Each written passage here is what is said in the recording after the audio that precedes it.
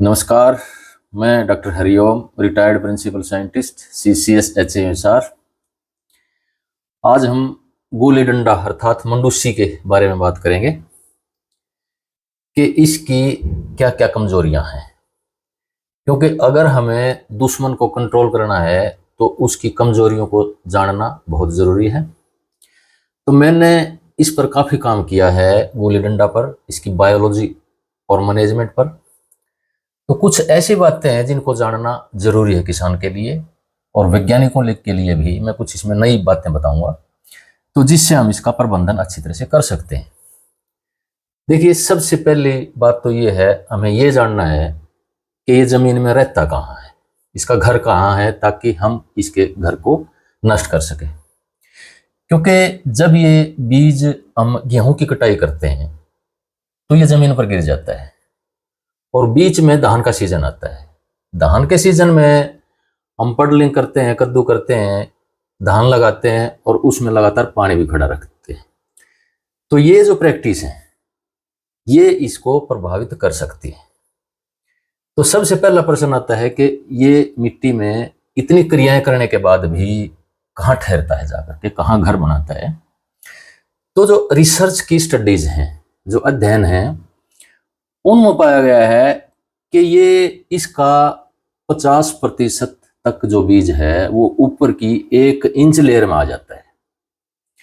वो क्यों आ जाता है कि जब हम बीच में धान की फसल आती है गेहूं के बाद, तो उसमें धान की फसल में हम पाड़े काटते हैं, कद्दू करते हैं और बार बार जमीन को चर्निंग करते हैं हम।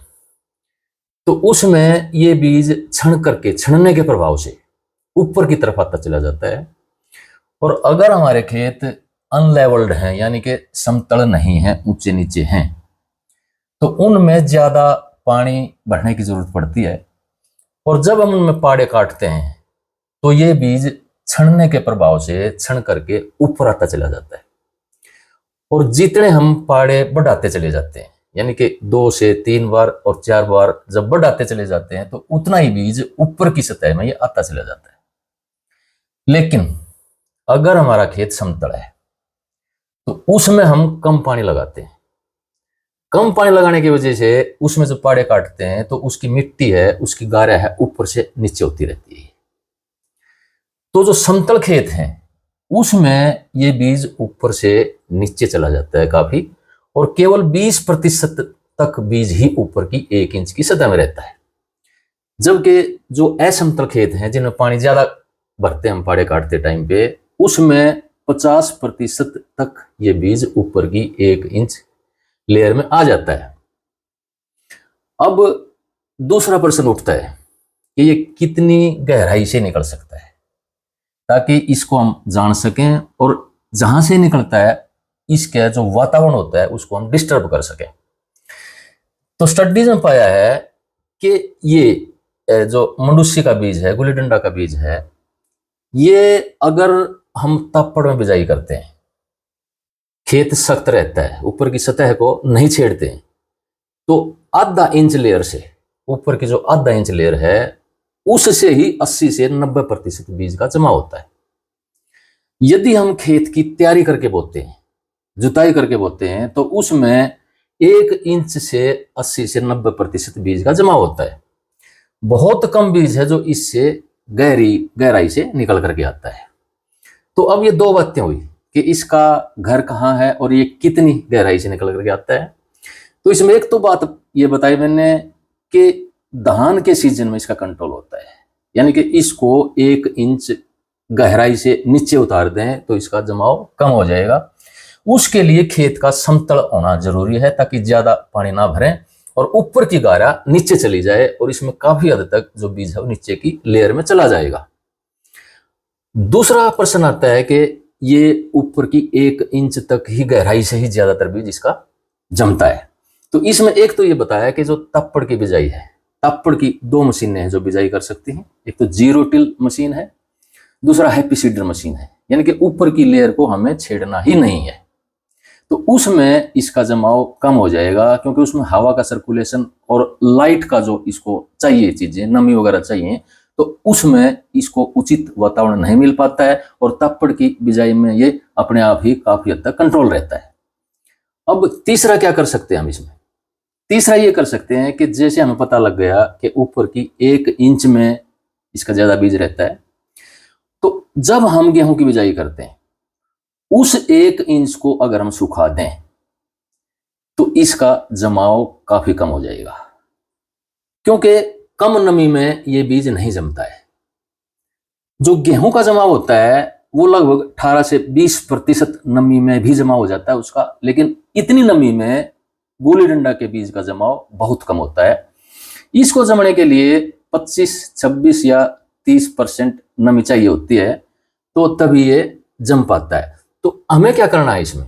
तो ऊपर की 1 इंच लेयर को अगर हम सुखा दें, क्योंकि जब हम खेत में सिंचाई दे देते हैं तो ये बीज जमने के लिए तैयार होने लगता है, ये फूलने लगता है बीज।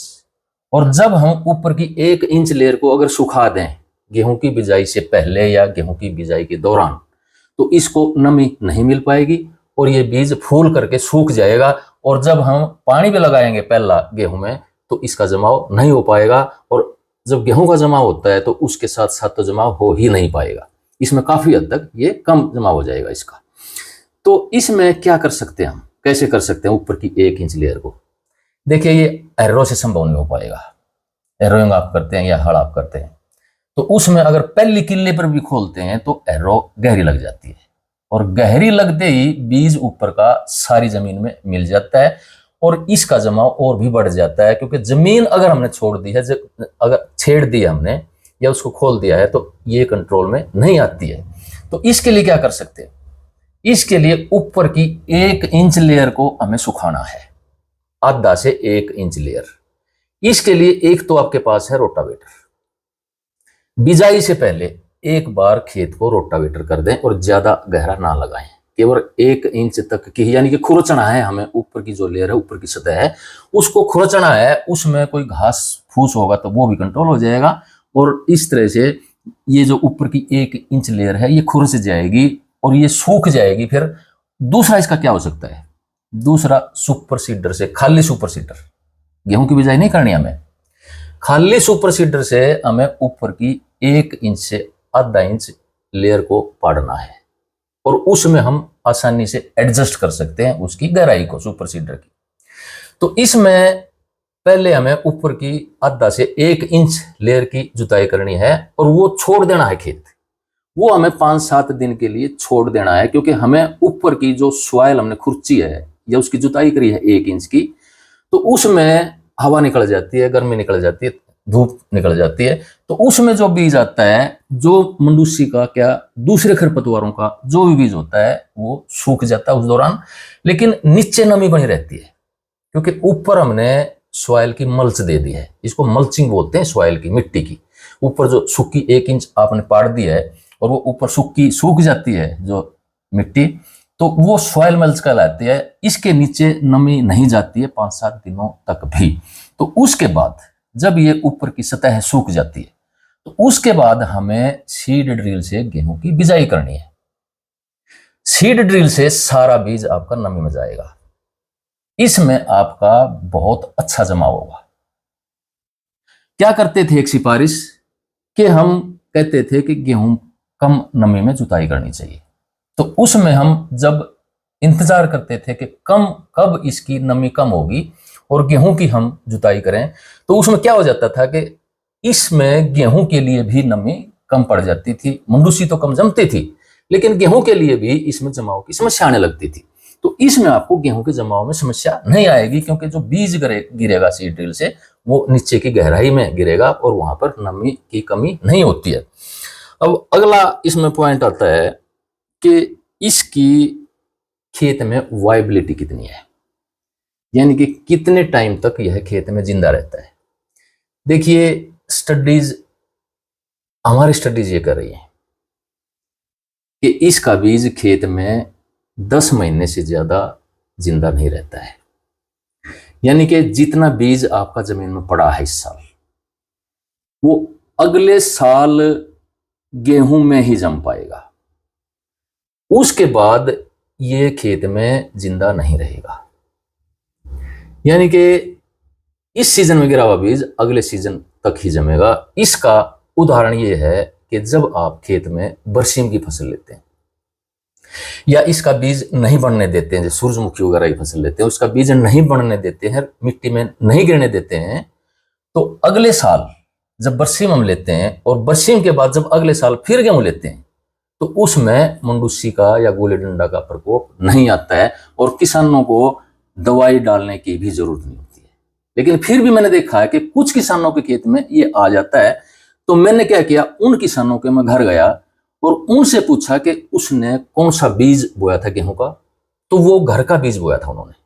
घर के बीज में कितनी भी कोशिश करें, आपको पता है कि मेरे बीज में मंडूसी का बीज नहीं है, फिर भी आप निश्चिंत ना हो, गेहूं को छान करके ही बोएं, क्योंकि उसमें मंडूसी का बीज सर्तिया मिलेगा आपको। तो मैंने किसानों के सामने ये करके दिखाया हुआ है। तो ये 10 महीने से ज्यादा इसकी लाइफ मिट्टी में नहीं है।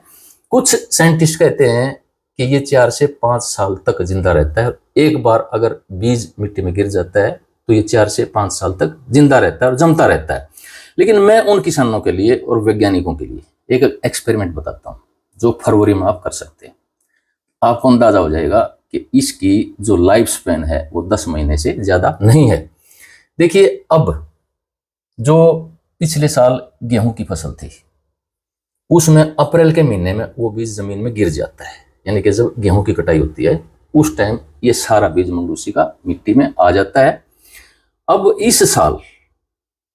इस साल फरवरी के महीने में आप मिट्टी के सैंपल लें, क्योंकि अगर ऐसे खेत से सैंपल लें जिन खेतों में मंडूसी भरपूर जमी हुई है, जिन खेतों में मंडूसी की भरमार है, जमी हुई है, इस सीजन में जो बीज पिछले साल गिरा था वो इस सीजन में जमता है, और उन खेतों को चुने जहां पर गेहूं के अंदर ये भरपूर मात्रा में जमाया हुआ है। इसका मतलब ये हुआ कि इन खेतों में जो सीड बैंक है मंडूसी का, गुली डंडा का, वो भरपूर पड़ा हुआ है, तभी तो इतनी मंडूसी इस साल जमी है। तो फरवरी के माह में आप इन खेतों से सॉइल सैंपल उठाएं। सॉइल सैंपल में आप छान करके देखें, मिट्टी को देखें, मिट्टी में आपको मंडूसी के बीज नहीं मिलेंगे। नंबर 1 बात। नंबर 2 बात, अगर आप नहीं धोते हैं मिट्टी को तो उसी मिट्टी को आप इनक्यूबेटर में रख दें। इनक्यूबेटर में क्या होता है कि एक टेम्परेचर हम फिक्स कर देते हैं, जैसे 18 से 20 डिग्री सेल्सियस का टेम्परेचर होता है। ये मंडूसी के जमाव के लिए ऑप्टिमम होता है, अच्छा होता है। तो उस मिट्टी को उठा के यूं के यूं आप इनक्यूबेटर में रख दें, उसमें जमाव नहीं मिलेगा आपको। इसका मतलब यह है कि खेत में जो सीड बैंक था वो इस सीजन में जम चुका है पूरा का पूरा।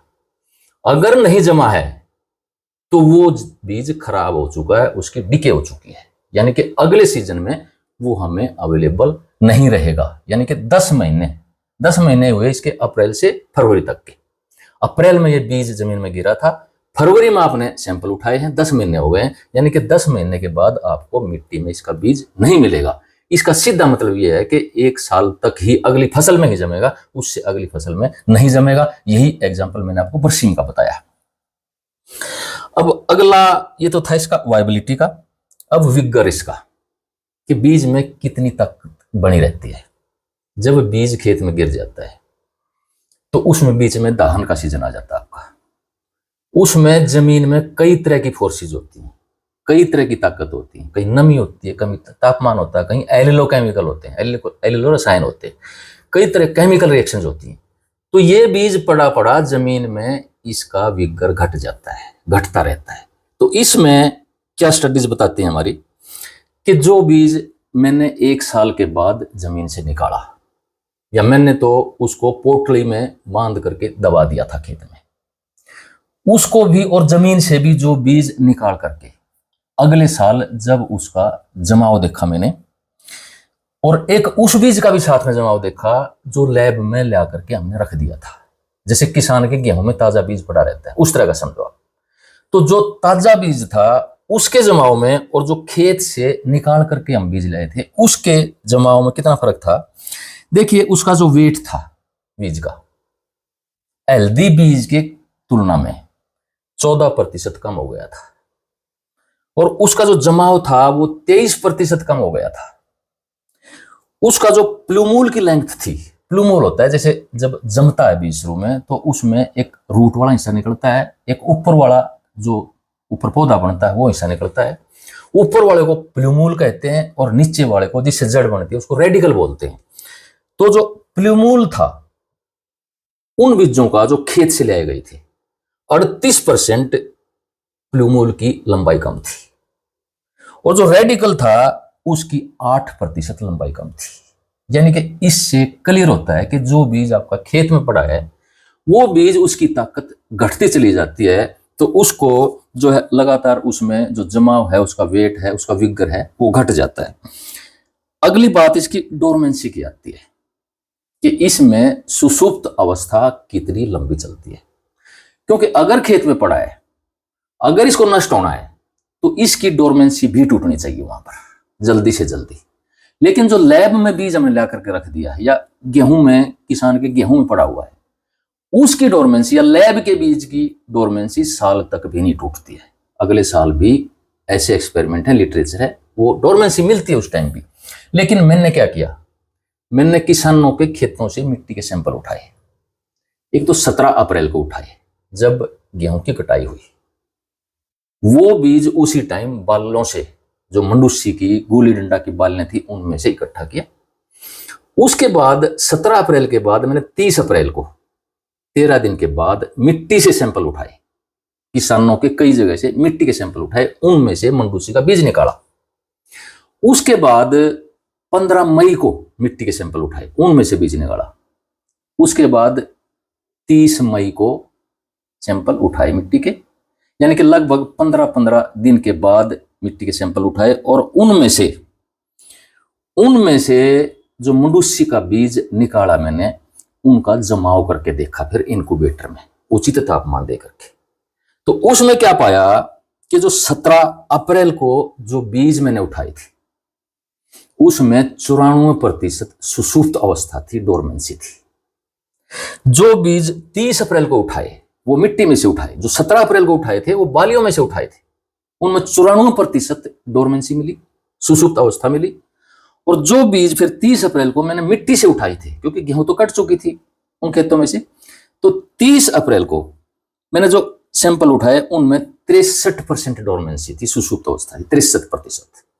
जो बीज 15 मई को उठाए उनमें 28% डोरमेंसी थी, और जो बीज 30 मई को उठाए उनमें 12% डोरमेंसी थी। यानी कि जो बीज मिट्टी में गिर जाते हैं, जो तापमान गर्मियों का आता है, वो तापमान उसकी डोरमेंसी को तोड़ने में मदद करता है। उसके साथ नमी भी रहती है, साथ में दूसरे भी एलोकेमिकल्स का इम्पैक्ट आता है, उसके अलावा केमिकल इम्पैक्ट भी आता है। तो इन बायोटिक एबायोटिक स्ट्रेस आते हैं। तो इसमें से गुजर करके जब वो बीज जमीन में पड़ा रहता है, तो जब हम धान की बिजाई करते हैं, धान की रोपाई करते हैं, यानी कि वो लगभग 15 जून से शुरू होती है, उस टाइम तक सारा बीज वायबल हो जाता है, जमने के लिए तैयार हो जाता है। लेकिन धान का सीजन बीच में आ जाता है, धान के सीजन की वजह से इसको जमने का उचित माहौल नहीं मिल पाता। लेकिन ज्यों ही धान की फसल कटती है, गेहूं का सीजन आता है, इसको ऑप्टिमम तापमान, ऑप्टिमम नमी और लाइट जब मिल जाती है, तो इसका जमाव गेहूं में अक्टूबर के बाद शुरू हो जाता है। आमतौर पे 20 अक्टूबर के बाद इसका जमने का तापमान आता चला जाता है, और नवंबर और दिसंबर में तो इसके जमने का बहुत अच्छा वातावरण रहता है। तो ये कुछ बातें मैंने बताई, इनका हमें पता होना चाहिए ताकि हम मंडूसी का जो बीज है उसका अच्छी तरह से हम मैनेजमेंट कर सकें, और इस भ्रम में ना रहें कि ये एक बार गिर गया तो सालों तक ये मेंटेन रहेगा। और इसके अतिरिक्त जैसे हमें पता चल गया कि ये कहाँ है जमीन में, किस गहराई से निकलता है, और इसकी वाइबिलिटी क्या है, इसका विगर क्या है, इसकी डोरमेंसी क्या है, जब इन चीजों का हमें ज्ञान हो जाएगा तो हम इसका प्रबंधन और भी अच्छी तरह से कर पाएंगे। नमस्कार।